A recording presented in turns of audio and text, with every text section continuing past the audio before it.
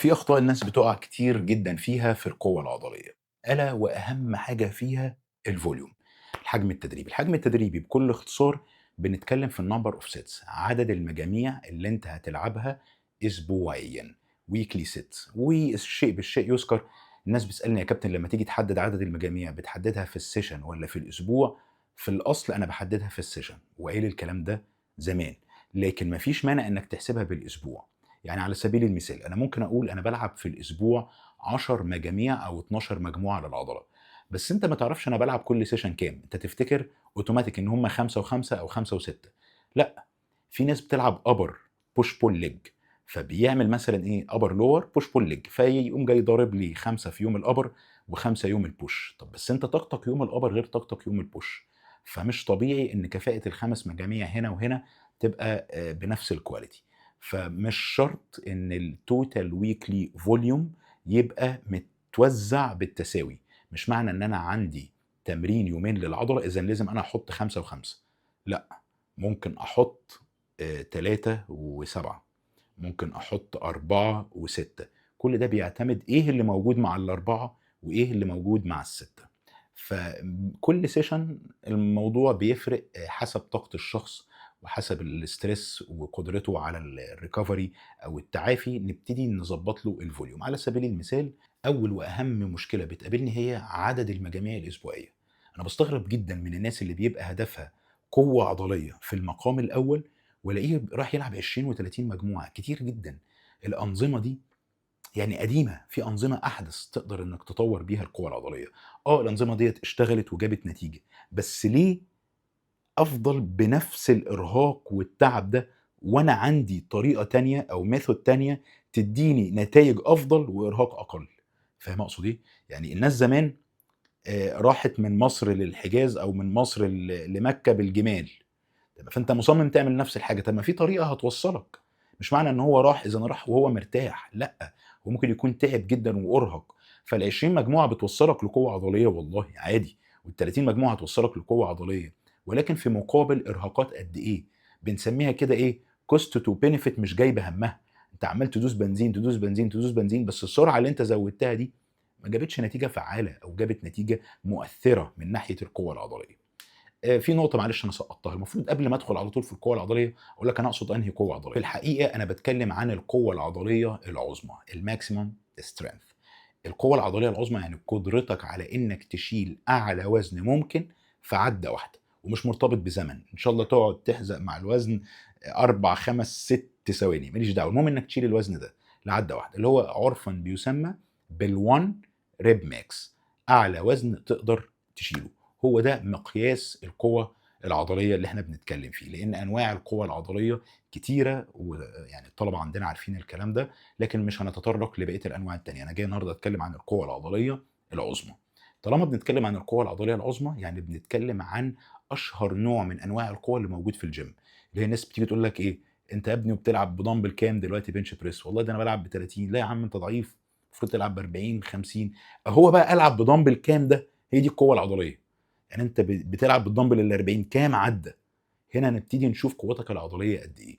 فالفكرة بتاعة القوة العضلية بالبلدي كده، أنت شايل وزن قد إيه، في كام عدّة، تمام؟ طيب، ييجي تاني سؤال الناس بتسأله لنا: هل لو أنا شِلت 40 كيلو 10 عدّات، هابقى زي لو أنا شِلت 45 كيلو 6 عدّات أو 50 كيلو عدّتين أو كده؟ ولو دخّلتهم على المعادلات اللي موجودة على النت زي اللي هتظهر لك كده، ده فعلًا prediction أو تنبؤ جيد للقوة العضلية بتاعتي؟ لأ. خلاصة الإجابة. ليه دايمًا كده يا كابتن جندي بتصدمني؟ هو دي خلاصة الإجابة.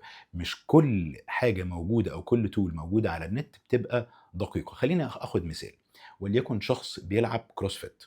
الشخص اللي بيلعب CrossFit ده بيعمل عدّات كتيرة جدًا في تمارين كتيرة جدًا زي الdead lift، ال ال السكوات، في تمارين الميليتري بريس، الحاجات اللي زي ديّة كلّها. ممكن يعمل 20 و25 عدّة وبوزن معيّن، وليكن الوزن ده 30 أو 40 كيلو، حسب بقى الفئة وحسب قوته وغيره يعني، تمام؟ طيب هل العدّات الكتيرة دي دليل إن هو شخص عنده أعلى قوة عضلية عُظمى في التمرين ده؟ لأ. ليه؟ لإن العدّات الكتيرة لا تتنبأ بالعدّات القليلة. العدّات القليلة محتاجة مهارة وتخصصية، عكس العدّات الإيه، الكتيرة. فسيادتك مثال تاني عشان ما حدش يتلخبط، لو أنت حضرتك بتلعب 100 كيلو سكوات 15 أو 20 عدّة، هل معنى كده إن حضرتك لو حطيت 150 هتعرف تجيب عدّتين أو 3؟ لأ، أنت أصلًا ممكن تحط ال150 أو ال160 ما تعرفش تخرج بيهم برّه الرِّجل، لإنك ما عندكش المهارة أو الskill اللي تخلّيك تشيل الوزن التقيل ده تطلع بيه منين؟ من تحت الرِّجل أو من الرِّجل ذات نفسه، تمام؟ فالمعادلات اللي موجودة على النت دي مش دقيقة للأسف. إمتى تبقى دقتها كويسة؟ لو الأرقام بتاعة الreps قريبة لبعض، أدّي لك مثال، لو أنا جيت عملت لسيادتك اختبار وقُلت لك تعالَ كده على الleg press شيل 200 كيلو ونشوف هنجيب بيهم كام، لقيت نفسك بتجيب بيهم 4 أو 5 عدّات، بالمعادلة أقدر أتنبأ تقدر تشيل وزن قد إيه في عدّة واحدة، ليه؟ لإن الرقم قريب من بعضه، واحد من 4 أو 5 ما رُحناش بعيد، لكن ما تشيلش وزن تجيب بيه 20 عدّة وحُطّه في المعادلة، مش هيبقى accurate مش هيبقى دقيق، فاهم أقصد إيه؟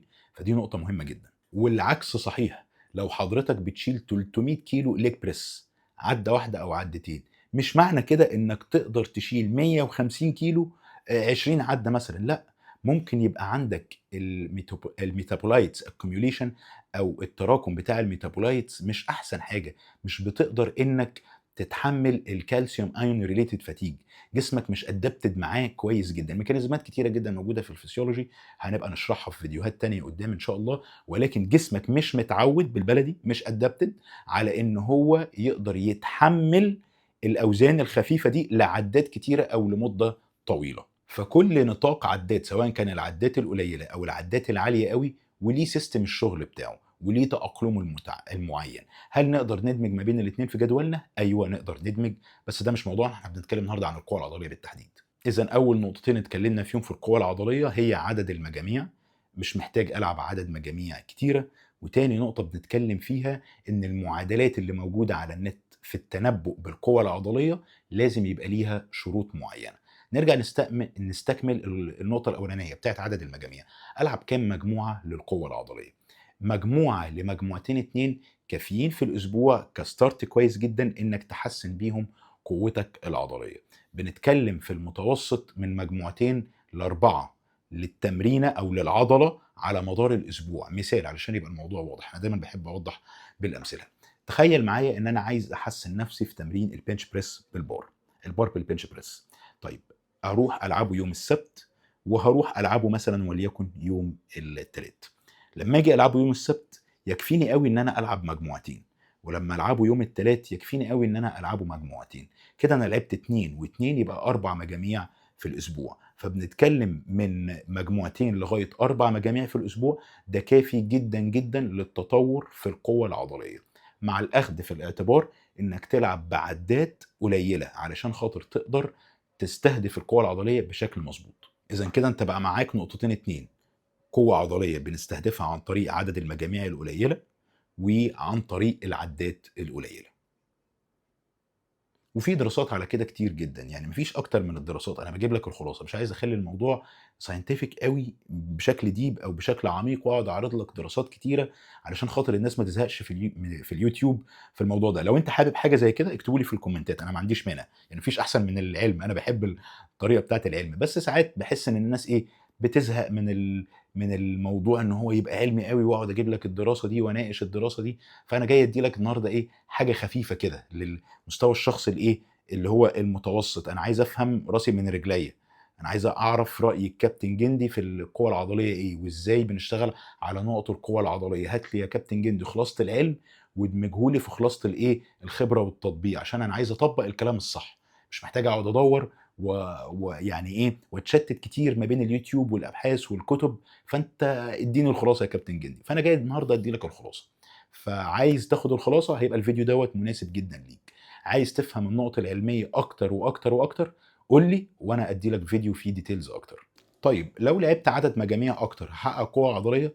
آه هتحقق قوة عضلية بس مش هتحقق قوة عضلية أكتر، هتيجي بعد فترة هتلاقي القوة العضلية بتوصل مرحلة البلاتو، مهما أنت قاعد تضيف عدد مجاميع القوة العضلية بتفضل تطوّرها ثابت، هي بتتطوّر بس rate التطوّر ثابت، ما عادش جايب هَمّه، عمّال تحط إرهاقات زيادة. طيب العدد المجاميع الزيادة دي ممكن تدّيني حجم عضلي أكتر؟ آه هتدّيني حجم عضلي أكتر، دي هنناقشها بقى في الفيديو الجاي ان شاء الله. احنا الفيديو ده بنتكلم عن القوة العضلية وهيبقى تحت عنوان القوة العضلية، لكن فيديو الحجم العضلي هيبقى الفيديو الجاي ان شاء الله. طيب نيجي للنقطة الثالثة. احنا اتكلمنا عن عدد المجاميع واتكلمنا عن العدات القليلة، نتكلم عن المهارة.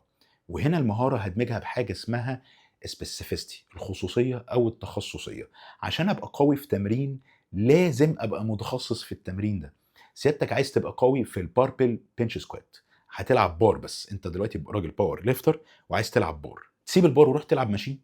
تسيب البار وتروح تلعب دمبل؟ لا، يبقى لازم تحافظ دايما على البار الا لو عندك اصابه او حاجه تمنعك. نفس القصه السكوات الحر، سيادتك باور ليفتر ودلوقتي عندك في البطوله انك تلعب سكوات حر، هتسيب السكوات وتروح تلعب ليج بريس؟ هتسيب السكوات وتروح تلعب ماشين او حاجه تانية؟ لا، الا لو عندك اصابه تمنعك من حاجه زي كده. لان انا بيجي لي باور ليفترز مصابين مثلا في كتفهم او في رقبته او في ظهره او غيره، بقول له معلش هنأجل السكوات باوزان تقيله حاليا، هنبقى مركزين ان احنا محافظين على قوه عضلات الرجلين وحجمها عن طريق تمارين تانية زي الهاك سكوات او الليج بريس او غيره، لان هو عنده اصابه او مشكله هتمنعه لفتره معينه من ان هو يتمرن التمرين ده، لكن مش هتمنعه بشكل عام ان هو ما يتمرنش خالص. بقول له بقى معلش انت مش هتلعب سكوات اقعد بقى في البيت بقى عيط، لا، هنشوف بديل تاني مؤقت يفضل محافظ بيه على قوته او على حجم عضلات رجليه لغايه لما نرجعه ان شاء الله تاني للسكوات يلعبه بكفاءه وبشكل كويس.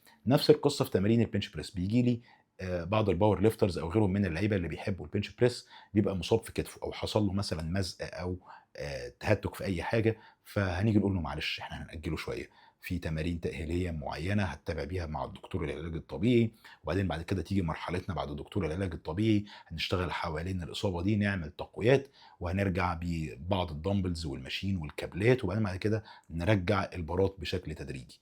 اجي بقى من الاول اقول له لا لازم تلعب بالبار ولازم تعمل كذا، ما هو بيوجع له كتفه، ما هو مش مناسب ليه في المرحله دي.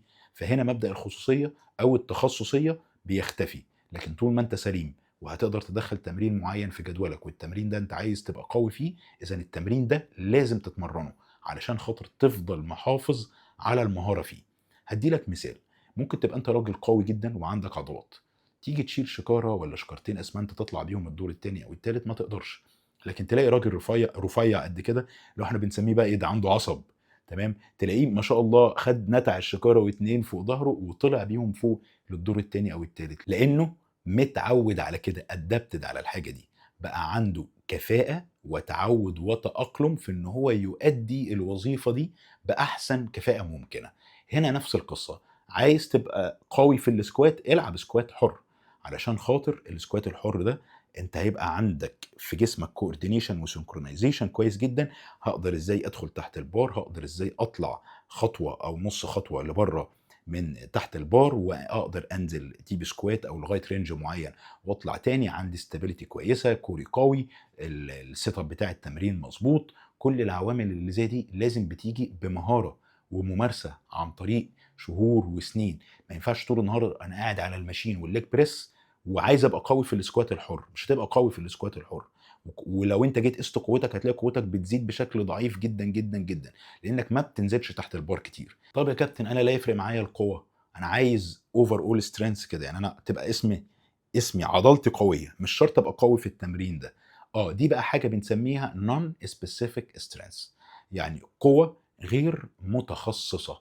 هي اوفر اول عضله الباي عندي قويه، انا الباي عندي قويه، الباي دي بقدر اشيل بيها دمبل مثلا 30 كيلو، 7 او 8 عدات، تمام. عايز اشيل الكيبل يبقى نفس القصه، عايز اشيل البار يبقى نفس القصه، عايز اشيل كذا يبقى نفس القصه. اذا انا عندي الباي قويه في جميع الاوضاع سواء كان الشورت او اللينث او غيره. هنا دي بنسميها بقى نون سبيسيفيك سترينث، يعني قوه غير مخصصه. وهنا دي بتتحقق باي تمرين، لعبت بنش بريس بالدمبل، لعبته بالماشين، لعبته بالكيبل، لعبته بالبار، كده كده عضلات الشيست عندك هتبقى قويه كعضله ذات نفسها. فما تقلقش من ناحيه الحاجه دي، ودي بتتقاس باكتر من طريقه في المعامل، ولقوا انك سواء لعبت ماشين او سواء لعبت فري ويتس كده كده العضلات عندك بتبقى قويه. لكن اللي انا بكلمك فيه هي القوه التخصصيه، السبيسيفيك سترينث، يعني ان انا متخصص في تمرين معين فانا قوي في التمرين ده. هنا لازم نمارس التخصصيه. اذا انا شرحت لك نقطه الفوليوم، وشرحت لك نقطه العدات، وشرحت لك نقطه المهاره او التخصصيه او الخصوصيه زي ما بيسموها في كليه التربيه الرياضيه، اللي هي بنسميها specificity، جاي من كلمه specific. كده انت معاك اهم 3 نقط. نيجي للنقطه الرابعه وهي الفريكونسي، التردد. اتمرن التمرينه كام مره في الاسبوع؟ لاحظ كده يا باشا، انا قلت ايه؟ التمرينه، ما قلتش العضله. يعني ما انت ممكن تتمرن العضله بس تجيب لي اي تمرينه تانية، لا لا لا لا، انا بتكلم على نفس التمرينه. انا عايز ابقى جامد في السكوات، ما اروحش العب مره سكوات ومره ليج بريس، لا هلعب سكوات وسكوات. انا عايز ابقى جامد في الديد ليفت كقوه، هلعب ديد ليفت وديد ليفت. عايز ابقى قوي في تمرين قول لي اي تمرين، باربل بنش بريس، هلعب باربل بنش بريس وباربل بنش بريس. فعشان احسن السبيسيفيك سترينث بتاعتي في تمرينه معينه، همارس التمرينه دي اكتر من مره في الاسبوع. واقرب مثال على كده، لو انت عايز تبقى شاطر في السواقه، تسوق مره في الشهر او مره في الاسبوع، ولا تنزل مرتين ثلاثه في الاسبوع تسوق العربيه؟ هتنزل اكتر من مره تسوق العربيه. اذا لو انا عايز اتعلم مهاره هكررها اكتر من مره. هنا نفس القصه، علشان تبقى قوي في تمرين معين مارسه اكتر من مره لو سمحت في الاسبوع. بنتكلم من مرتين لثلاثه. في عندنا ميتا ريجريشن قويه جدا في الحته دي، ناقشت دراسات كتير جدا جدا بتتكلم في الفريكونسي او التردد. لقت ان تردد او تمرين العضله من مرتين لثلاثه في الاسبوع كويس جدا وفعال جدا للحجم طبعا العضلي والقوه العضليه. بس عشان انا بتكلم النهارده على القوه العضليه، فخليني احددها لك واقول لك كويس جدا جدا للقوه العضليه. مره واحده كافي ان هو يخليك قوي، لكن مش كافي ان هو يخليك تاخد الاوبتيمال سترينث، يعني احسن قوه عضليه ممكنه. وليكن انت قاعد بتتفرج عليا واسمك احمد او اسمك ساره او اي حاجه، فاحمد دلوقتي عايز يبقى قوي في تمرين السكوات. لو سمحت يا احمد، اهو بقول لك روح العب السكوات سبت وتلات. ساره عايزه تبقى قويه في تمرين الهيب ثراست او قويه في تمرين معين للجلوتس، لو سمحت روح يا ساره اتمرني سبت وتلات، التمرين ده مرتين عشان انت عايزه تبقي قويه في التمرينه دي. فتردد العضله مرتين اتنين في الاسبوع للتمرينه ذات نفسها مهم جدا من ناحيه القوه العضليه. نيجي لنقطه مهمه جدا الا وهي بقى الفيلير. كابتن جندي، انت شرحت لي فوليوم، كتر خيرك، وريبس وسبيسيفيستي تخصصيه، والفريكونسي ان انا امرن العضله اكتر من مره في الاسبوع. اوصل بقى للفيلير ولا ما اوصلش للفيلير؟ لو سمحت اوعى توصل للفيلير وانت بتتمرن من اجل القوه العضليه. انت دلوقتي بنوته عايزه تبقي قويه في البول ابس، بتعملي ليه فيلير للبول ابس؟ ليه فيلير للبول ابس؟ يعني انا عايز حجم عضلي من البول ابس، لا مش عايزك توصلي للفيلير.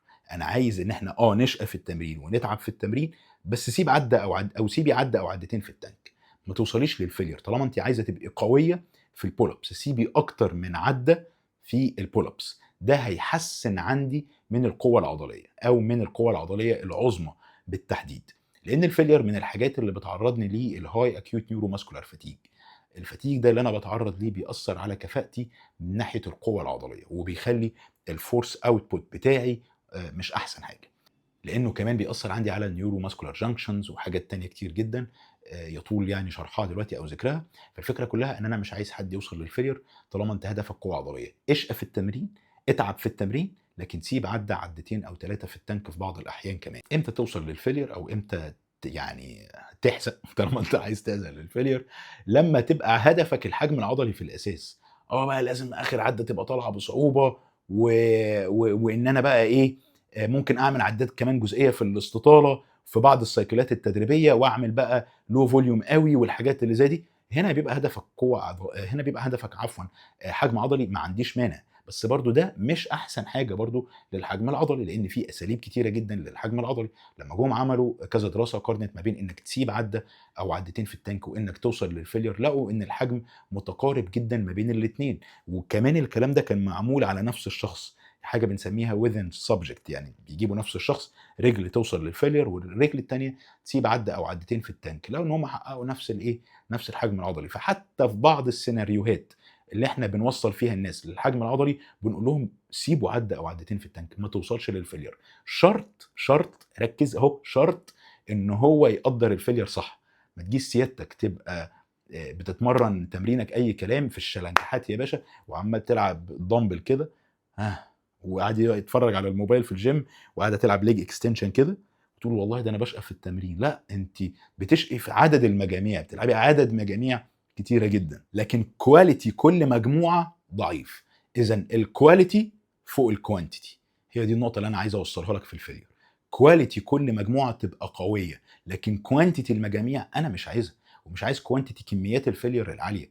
الاقي واحد بيقول لي ايه، والله انا بلعب 5 مجاميع للفيلير كلهم، اوزاني بتزيد شويه بس حجم العضله ما بيتطورش. حبيبي، ما هو انت حجمك العضلي وقوتك العضليه هيجوا عند رينج معين ويقفوا وهيبقوا تعبانين، لانك انت بتعمل اسلوبين اتنين مش مظبوطين.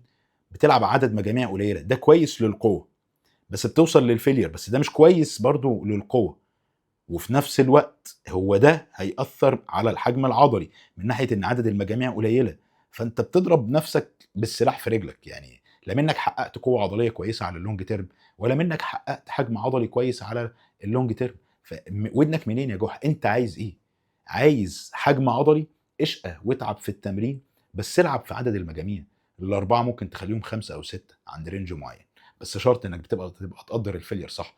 طيب انت دلوقتي عايز قوه عضليه، ثبت عدد المجاميع عند رينج معين، ابتدي اهتم بالويتس، وابتدي قرب للفيلير بس ما توصلش للفيلير. يبقى ده طريقه وده شغل، وده طريقه وده شغل تاني. خلينا اديلك تطبيق عملي من ارض الواقع على متدرب ومتدربه الاتنين معايا هدفهم ان هم يحسنوا قوتهم العضليه وحجمهم العضلي. طماعين الاتنين عايزين يشتغلوا قوه عضليه وحجم، وقوه عضليه وحجم. ازاي نقدر نشتغل معاهم في الجزئيه ده؟ هنتكلم الاول عن المتدربه. المتدربه هدفها ان هي تزود اوزانها في السكوات، وان هي تزود قوتها في البول ابس، بحيث ان هي تقدر تجيب عدات اعلى، لانها ما بتعرفش تعمل غير عده واحده بس بوزن جسمها.